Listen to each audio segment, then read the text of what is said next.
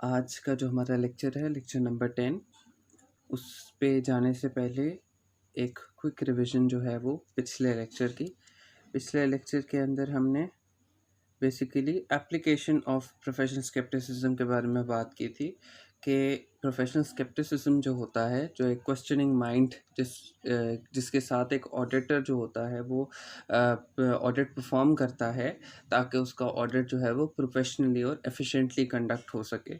उसकी कुछ एप्लीकेशंस देखी थी कि किन सर्कमस्टांसेस के अंदर प्रोफेशनल स्केप्टिसिज्म अप्लाई करने की ज़रूरत पड़ जाती है। जिसके अंदर हमने मेनली मैंने आपको ये बात बताई थी कि एक डिस्क्लेमर है कि ये जो लिस्ट है ये लिमिटेड नहीं है। इस तरह के और बहुत से सर्कमस्टांसेस हो सकते हैं डिफरेंट क्लाइंट्स के ऊपर जिसमें एक ऑडिटर को प्रोफेशनल स्केप्टिसिज्म अप्लाई करने की ज़रूरत पड़ सकती है। इन जनरल तो जिस भी ऑडिट के अंदर बंदा जाएगा एक ऑडिटर एज एन ऑडिटर वो प्रोफेशनल स्केप्टिसिज्म ही अप्लाई करते हुए जाएगा, क्योंकि आपने अपनी इंडिपेंडेंस जो है उसको शो करना होता है। और इंडिपेंडेंस शो करने के लिए जो सेकंड एक रूल होता है वो प्रोफेशनल स्केप्टिसिज्म का होता है, जिसमें आपने क्रिटिकली एनालाइज करना है क्वेश्चनिंग माइंड के साथ आपने, और अलर्ट रहना है ऐसी सिचुएशंस में जो कि possible misstatement in the financial statements का चांस बढ़ा सकती हैं। आज का जो हमारा लेक्चर है लेक्चर नंबर 10, उसमें हम जो नया चैप्टर है हमारा ऑडिट एविडेंस का वो स्टार्ट करेंगे। तो आज के जो लर्निंग आउटकम्स हैं उसमें हमारी डेफिनेशन है और उसके बाद sufficiency and appropriateness of audit evidence के बारे में हम बात करेंगे। तो चलिए जी लेक्चर को स्टार्ट करते हैं। सबसे पहले जी हमारे पास डेफिनेशन आ रही है कि ऑडिट एविडेंस होता क्या है। तो जी the information used by an auditor to reach his conclusions on which his opinion is based. ये वो इंफॉर्मेशन है जिसके थ्रू ऑडिटर अपने कंक्लूजन पर पहुंचता है और वो कंक्लूजन वो होते हैं जिस पे उसका ऑडिट ओपिनियन बेस करता है। तो ये बेसिकली इंटरडिपेंडेंट वेरिएबल्स हैं जिसके अंदर ये ऑडिट एविडेंस जो होती है ये वो एक एविडेंस है, ठीक है, जिस पर कंक्लूजन्स ऑफ द ऑडिटर जो होते हैं वो बेस करते हैं। और हमने पढ़ा था कि कंक्लूजन्स जो होते हैं अगर उनको रिपोर्ट फॉर्मेट के अंदर प्रेजेंट कर दिया जाए तो वो ऑडिट ओपिनियन बन जाता है और वो हमारा ऑडिट का एक जो बेसिकली जो हमारा मेन रिस्पॉन्सिबिलिटी थी हमारी एज एन ऑडिटर कि हम ऑडिट ओपिनियन जो है उन फाइनेंशियल स्टेटमेंट्स पर दें, तो ये ऑडिट एविडेंस उसके अंदर हेल्प करता है। जैसे कि अगर मैं एक एग्जांपल दूं तो हम फॉर एग्जांपल क्लाइंट पर गए और हमने जो है वो कोई भी प्रोसीजर्स परफॉर्म कर रहे थे, कोई इंक्वायरी परफॉर्म कर रहे थे, ठीक है, मैनेजमेंट ऑफ द क्लाइंट से, और फिर हमने उनसे इससे रिलेटेड कुछ डॉक्यूमेंट्स वगैरह चेक की फाइनेंशियल स्टेटमेंट से रिलेटेड और हमें एक एविडेंस मिला, ठीक है। अब फॉर एग्जांपल वो एविडेंस उनकी कोई डॉक्यूमेंट हो सकती है, ठीक है, जिस पर अब मैं क्या करूँगा अपना कंक्लूजन दूंगा और वो कंक्लूजन होगा जिस पर मेरा ऑडिट ओपिनियन बेस करेगा, यानी उस कंक्लूजन की बेस पर मैं अपना ऑडिट ओपिनियन दूंगा। और वो कंक्लूजन कहाँ से आया था, वो मैंने उस एविडेंस के थ्रू जो है वो ड्रॉ किया था कि भाई ये मुझे एविडेंस मिला है, इसकी बेस पे मेरा अब ये कंक्लूजन है, ठीक है। फॉर एग्जांपल जी मुझे एविडेंस मिला कि डेप्रिसिएशन एक्सपेंस की कैलकुलेशन जो है, ठीक है, वो मेरे सामने आई, तो मुझे पता लगा कि ये जो डेप्रिसिएशन चार्ज की हुई है फाइनेंशियल स्टेटमेंट्स के अंदर, ठीक है, ये चार्ज की हुई है फॉर एग्जांपल 10 एसेट्स की, ठीक है, जबकि कंपनी जो है उसके पास हैं 5 एसेट्स। अब इन ऑल की मैं बात कर रहा हूँ, ठीक है, यानी कि ओवरऑल कंपनी के जितने भी जो क्लाइंट है उसके पूरे बिजनेस में 5 बड़े एसेट्स हैं जिनकी डेप्रिसिएशन चार्ज की हुई है, लेकिन वो 10 एसेट की डेप्रिसिएशन जो है वो फाइनेंशियल स्टेटमेंट्स में शो हो रही है, ठीक है। अब ये मेरे पास एक एविडेंस आ गया डेप्रिसिएशन की कैलकुलेशन। अब उस पर मैं क्या करूँगा, अपना कंक्लूजन डालूंगा। कंक्लूजन क्या होगा कि भाई मुझे पता लगा है अपनी कैलकुलेशन से, रीपरफॉर्म करने से कैलकुलेशन, कि भाई ये 10 गाड़ियों की कैलकुलेशन है जबकि क्लाइंट के पास 5 गाड़ियाँ हैं। इसका मतलब हुआ, कंक्लूजन मेरा क्या हुआ कि 5 गाड़ियों की जो डेप्रिसिएशन है वो एक्स्ट्रा चार्ज की गई है, 5 एसेट्स की जो डेप्रिसिएशन है वो एक्स्ट्रा चार्ज की गई है। जिसकी वजह से डेप्रिसिएशन एक्सपेंस जो है वो ओवरस्टेट किया हुआ है, यानी इंक्रीज किया हुआ है देन द ओरिजिनल फिगर।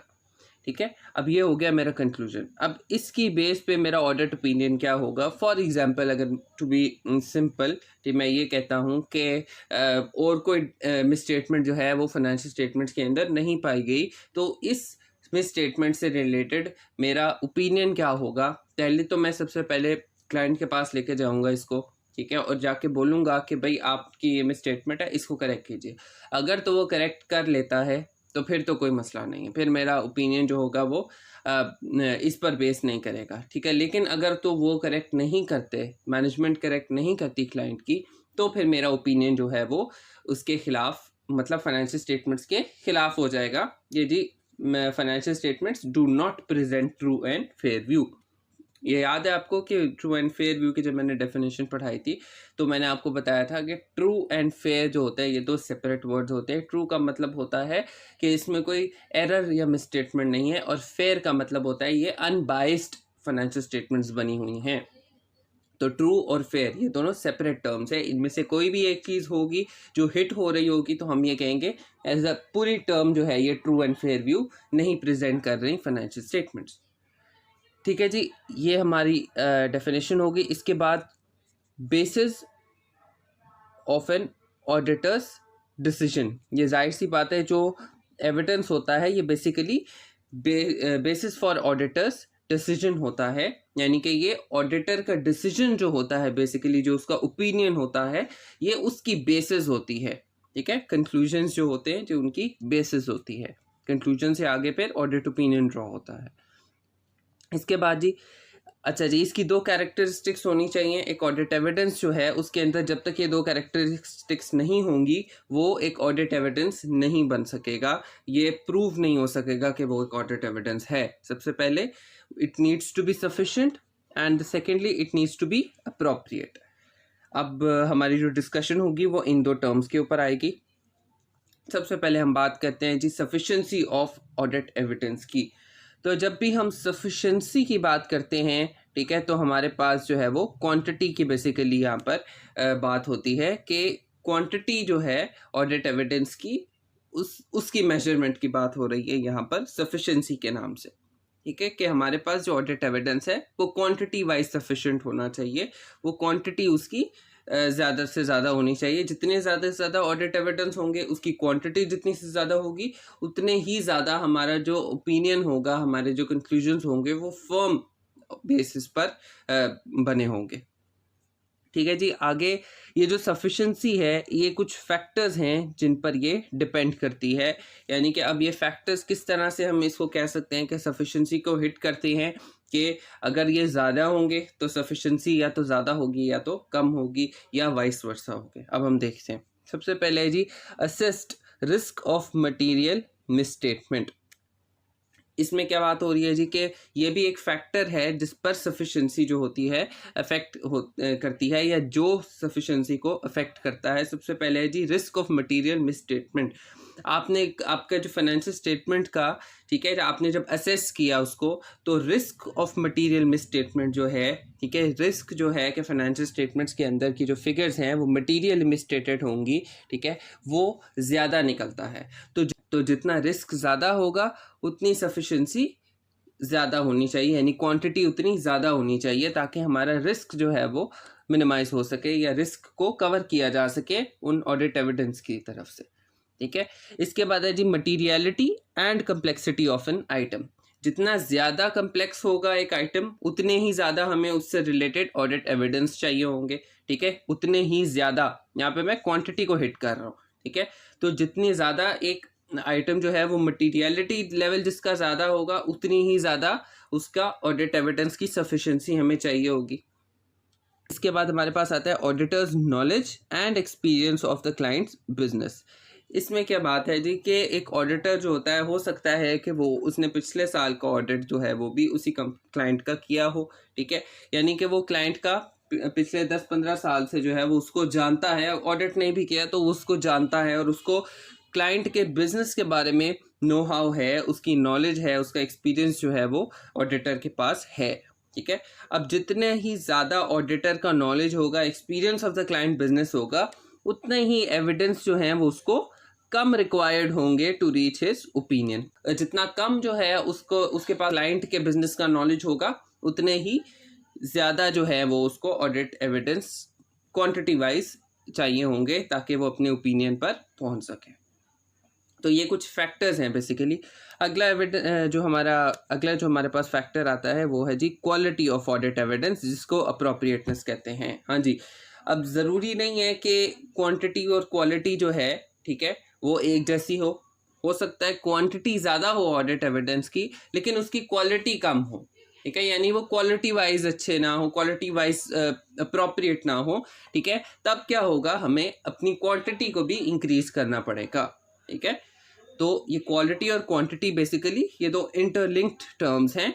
एक तो हमारी ये ऑडिट एविडेंस की दो कैरेक्टरिस्टिक्स हैं, एक सफिशिएंसी और अप्रोप्रिएटनेस। सफिशिएंसी मतलब क्वांटिटी वाइज देखना है और अप्रोप्रिएटनेस यानी कि क्वालिटी वाइज देखना है। तो क्वालिटी जो है वो भी एक फैक्टर है जो कि सफिशिएंसी को अफेक्ट कर सकती है जी। तो quality of audit evidence basically quantity से रिलेट करता है कि क्वांटिटी बेशक ज़्यादा होगी, जब तक क्वालिटी नहीं होगी उन एविडेंसेस के अंदर, हमें ज़्यादा एविडेंसेस चाहिए होंगे, क्वालिटी वाइज भी अच्छे एविडेंसेस चाहिए होंगे, ठीक है जी। इसके बाद हमारे पास आता है strength of implemented internal controls, ठीक है, कि जो इंटरनल कंट्रोल्स हैं जो कि मैनेजमेंट ऑफ द कंपनी ने क्लाइंट अपने बिजनेस के अंदर इम्प्लीमेंट किए हुए हैं, जितनी उनकी स्ट्रेंथ ज़्यादा होगी, यानी कि जितने ही ज़्यादा वो स्ट्रॉन्ग इंटरनल कंट्रोल्स होंगे, उतने ही ज़्यादा वो खुद से मटेरियल मिसस्टेटमेंट्स वगैरह को जो है वो डिटेक्ट कर पाएंगे, और जितना वो काम कर पाएंगे उतना ही हमारा काम, हमारा ऑडिट एविडेंस जो है उसकी सफिशिएंसी जो होगी वो डिक्रीज़ हो जाएगी। यानी कि अब हमारे पास ऑलरेडी जो है वो कम एविडेंस भी होंगे, कम क्वांटिटी वाइज भी होंगे, तो वो भी चल जाएंगे। क्यों? क्योंकि इंटरनल कंट्रोल्स जो है वो स्ट्रॉन्ग है। अब इसी को वाइस वर्सा देखें तो जितने ही ज़्यादा वीक कंट्रोल्स होंगे क्लाइंट के अंदर, उतने ही ज़्यादा हमारा रिस्क बढ़ेगा, ठीक है, और उतने ही ज़्यादा फिर हमारे ऑडिट एविडेंस जो हैं वो भी हमें क्वांटिटी वाइज ज़्यादा चाहिए होंगे ताकि हम अपने कंक्लूजन पर फेयरनेस के साथ रीच कर सकें, ठीक है जी। ये हमारा सफिशिएंसी ऑफ ऑडिट एविडेंस के बारे में था। अब हम पढ़ते हैं अप्रोप्रिएटनेस के बारे में, जो कि हमारा सेकंड हमारी कैरेक्टरिस्टिक्स है। और अप्रोप्रिएटनेस जो है वो बेसिकली रिलेट करती है हमारी quality of the audit evidence से।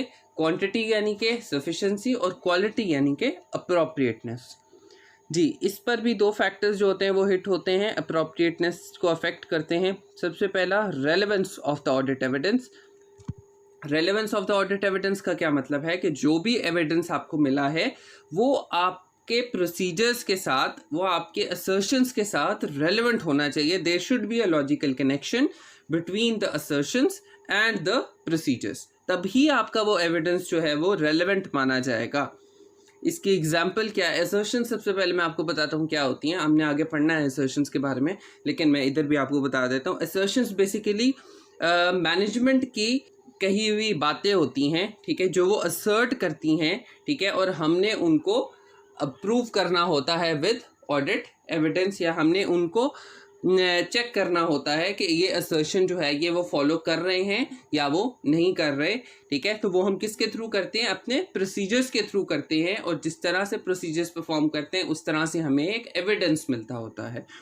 तो एविडेंस जो है जो हमें मिला वो डिपेंड करना चाहिए कि हम जो प्रोसीजर्स और असर्शंस इनके बीच का जो रिलेशन है उसको ब्रेक नहीं कर रहे। हमारा जो एविडेंस है वो रेलेवेंट टू द असर्शन होना चाहिए, जो भी हम प्रोसीजर्स परफॉर्म कर रहे हैं उससे रिलेटेड होना चाहिए। इसकी एक एग्जांपल मैं आपको देता हूँ। फॉर एग्जांपल, हमारे फाइनेंशियल स्टेटमेंट्स के अंदर एक अकाउंट आ रहा है बैलेंस शीट के अंदर ट्रेड पेबल्स का, यानी कि जो हमारे क्रेडिटर्स बेसिकली होते हैं ट्रेड पेबल्स, उनका अकाउंट आ रहा है। और हमने ये चेक करना है कि जो लायबिलिटी है यानी कि जो ट्रेड पेबल्स हैं, ठीक है, वो अंडरस्टेटेड तो नहीं है। यानी कि जो मैनेजमेंट ने फाइनेंशियल स्टेटमेंट्स के अंदर जो ट्रेड पेबल्स की इन ऑल फिगर लिखी है वो अंडरस्टेटेड तो नहीं है, लायबिलिटी को कम करके तो नहीं लिखा हुआ, जबकि वो ज़्यादा बनती थी। अब हमारा रेलेवेंट प्रोसीजर क्या होना चाहिए। अब असर्शन क्या है यहाँ पर, असर्शन ये है कि मैनेजमेंट जो है वो ये कह रही है कि जी मेरे ट्रेड पेबल्स जो हैं वो बिल्कुल ठीक ठाक हैं, तो बिल्कुल ना ओवर स्टेटेड है ना अंडर स्टेटेड है, बिल्कुल ठीक ठाक लिखे हुए हैं। अब ये मैनेजमेंट असर्ट कर रही है, ठीक है। अब हमने इसको चेक करना है प्रोसीजर्स अप्लाई करके। हमारा प्रोसीजर, रेलेवेंट प्रोसीजर क्या होना चाहिए, हमारे इनवॉइसेस पर चेक करें, जो हमारी सपोर्टिंग डॉक्यूमेंट्स हैं उनको, उनमें से सैंपल लें और वो सैंपल जो है वो ट्रेड पेबल की फाइनेंशियल स्टेटमेंट्स की जो फिगर है उस पे जाके उनके जो कंट्रोल अकाउंट्स हैं, ठीक है, उनमें जाकर देखें कि ये वाली इनवॉइस जो है, ये वाली जो इनवॉइस है ये वहाँ पर लिखी हुई है कि नहीं, ये वहाँ पर रिकॉर्डेड है या नहीं है। अगर तो है, इसका मतलब है कि वो जो स्टेटमेंट है, वो जो अमाउंट है वो बिल्कुल ठीक लिखी हुई है। और अगर वो नहीं लिखी हुई, इसका मतलब कि लायबिलिटी अंडरस्टेटेड है, क्योंकि ये इनवॉइस जो है इसके हिसाब से ये वाली जो 10,000 की फिगर है जो ट्रेड पेबल की, ये यहाँ पर फाइनेंशियल स्टेटमेंट के कंट्रोल अकाउंट के अंदर नहीं लिखी हुई ट्रेड पेबल्स में। इसका क्या मतलब हुआ, इसका ये मतलब हुआ कि जो लायबिलिटी है वो अंडरस्टेटेड है, ठीक है। तो ये हमारा एक रेलेवेंट प्रोसीजर है। अब फॉर एग्जांपल हम फाइनेंशियल स्टेटमेंट्स की कंट्रोल अकाउंट में से कोई फिगर जो है उसको वाउच बैक करते हैं हमारे सपोर्टिंग डॉक्यूमेंट से, तो ये तो ओवर स्टेटमेंट को टेस्ट कर रहा होगा ना, कि अगर हम सैंपल ही उसमें से लेते हैं जो कि ऑलरेडी वो फिगर जो है वो हमारे पास अंडरस्टेटेड है, तो ये तो बिल्कुल रेलेवेंट प्रोसीजर ना हुआ। तो relevancy of the audit evidence जो होगी वो किस तरह से चेक की जाती है, जब हम असर्शंस और प्रोसीजर्स के बीच में एक लॉजिकल कनेक्शन जो है वो डेवलप कर लेते हैं। दूसरा हमारे पास आता है reliability of the evidence. Reliability of the evidence क्या होता है जी, कि जो एविडेंस हमें मिला, ठीक है, वो रिलायबल होना चाहिए। ये क्वालिटी है दो ऑडिट एविडेंस की, कि हमारे पास एक तो वो रेलेवेंट होना ज़रूरी है और दूसरा वो रिलायबल होना ज़रूरी है। अगर तो वो रिलायबल नहीं होगा तो वो ऑडिट एविडेंस जो होगा वो हमारे लिए quality wise sufficient, quality wise नहीं अप्रोप्रिएट होगा। और रिलायबिलिटी का क्या मतलब है, वो एक्सटेंट जिस पर हमारा जो एविडेंस हमें मिला है हम उस पर ट्रस्ट कर सकते हैं। जब तक एक एविडेंस रिलायबल नहीं होगा तब तक हम उस पर ट्रस्ट नहीं कर पाएंगे। तो हमारे पास जो एविडेंस मिला है वो ऐसा होना चाहिए जिस पर हम ट्रस्ट कर सकें, ठीक है जी। ये आज का हमारा लेक्चर था। ये जो अप्रोप्रिएटनेस ऑफ ऑडिट एविडेंस है इसकी पूरी डिटेल जो है वो हम आगे अगले लेक्चर में पढ़ेंगे। फ़िलहाल मैं इधर ये स्टॉप कर रहा हूँ। आई होप कि आपको ये लेक्चर जो है इससे कोई वैल्यू एडिशन हुई होगी। पिछले लेक्चर लाजमी रिवाइज़ करते रहिएगा, ठीक है जी। Thank you. अस्सलाम वालेकुम।